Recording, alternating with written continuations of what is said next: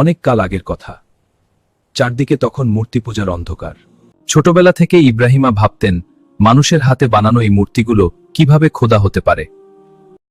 এগুলো তো ডুবে যায়, হারিয়ে যায়। আমার স্রষ্টা এমন কেউ হবেন যার কোনো ক্ষয় নেই। এই সত্যটি যখন তিনি অনুভব করলেন, তখন তিনি নির্ভয়ে তা প্রচার করতে শুরু করলেন।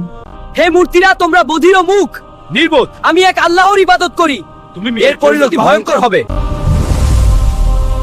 ইব্রাহিমকে জীবন্ত পুড়িয়ে মারো। হবে।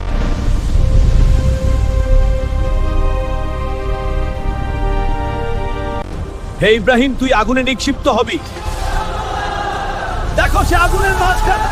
কিন্তু আকাশ ও পৃথিবীর মালিকের ইচ্ছা ছিল অন্য কিছু। যখন ইব্রাহিম আগুনের শিখার দিকে উঠছেন, তখন আল্লাহর অলৌকিক হে আগুন, তুমি ইব্রাহিমের জন্য শীতল ও নিরাপদ হয়ে যাও।